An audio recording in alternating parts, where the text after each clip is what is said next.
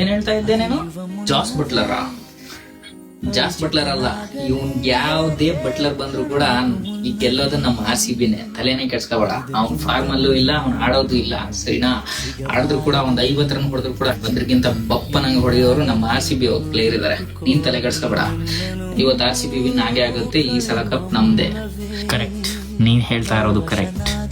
ಇಷ್ಟು ಕೋಟಿ ಜನ RCB ಫ್ಯಾನ್ ಇದ್ದಾರೆ, ಮತ್ತೆ ಎಷ್ಟೋ ಜನರು RCBಗೆ ವಿನ್ ಆಗಬೇಕು ಅಂತ ಅಂದು ಕೈ ಮುಗಿತಾ ಇದ್ದಾರೆ. ಅಂಥದ್ರಲ್ಲಿ ನಾನು ಯಾವುದೋ ಒಂದು ಜಾಸ್ ಬಟ್ಲರ್ ಅನ್ನೋ ಒಂದು ಪ್ಲೇಯರ್ಗೋಸ್ಕರ ತಲೆ ಕೆಡಿಸ್ಕೊಂಡಿದ್ದೆ. ನಾನು ಒಬ್ಬ RCB ಪ್ಲೇಯರ್ ಆಗಿ ನಾನು ಹೆದರ್ಕೊಳ್ಳುವಂಥ ಅವಶ್ಯಕತೆನೇ ಇಲ್ಲ. ನಾನು ಜಾಸ್ತಿ ಹೇಳಲ್ಲ, ನಮ್ಮ RCB ಅಭಿಮಾನಿಗಳು ಕಮೆಂಟ್ನಲ್ಲಿ ಹೇಳ್ತಾರೆ. ನಾನು ಅಷ್ಟೊಂದು ಮಾತಾಡೋವಂಥ ದೊಡ್ಡ ವ್ಯಕ್ತಿ ಅಲ್ಲ, ವಿರಾಟ್ ಕೊಹ್ಲಿ ಬಗ್ಗೆ ಮಾತಾಡೋವಂಥ ದೊಡ್ಡ ವ್ಯಕ್ತಿ ಅಲ್ಲ. ಒಟ್ಟಿನಲ್ಲಿ ನಮ್ಮ RCB ಗೆದ್ದೇ ಗೆಲ್ಲುತ್ತೆ. ಯಾವ ರೀತಿ ಗೆಲ್ಲುತ್ತೆ ಅಂತಂದರೆ, ಒಂದು ಒಳ್ಳೆ ಸ್ಕೋರ್ ಮಾಡಿಬಿಟ್ಟು ಚೇಸಿಂಗಲ್ಲಾದರೂ ಆಗಿರಲಿ, ಬೌಲಿಂಗಲ್ಲಾದರೂ ಆಗಿರಲಿ, ಎಲ್ಲದರಲ್ಲೂ ಹೆಸರು ಮಾಡೇ ಮಾಡ್ತಾರೆ.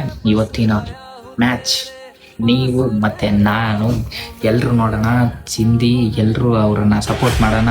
ಜೈ RCB, ಜೈ RCB.